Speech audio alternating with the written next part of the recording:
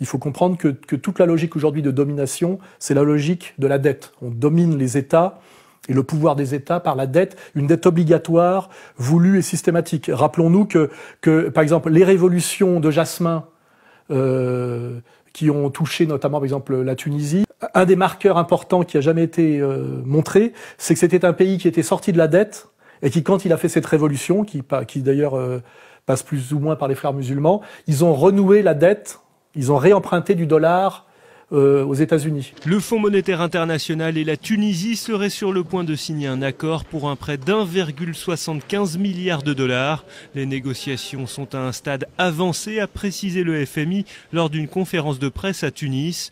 L'accord devrait être finalisé dans les prochaines semaines. Le FMI affirme ne rien demander à la Tunisie en contrepartie de cette aide, mais certains analystes pensent le contraire. Selon eux, le fonds ferait pression pour réduire les subventions sur les biens de première nécessité et le carburant.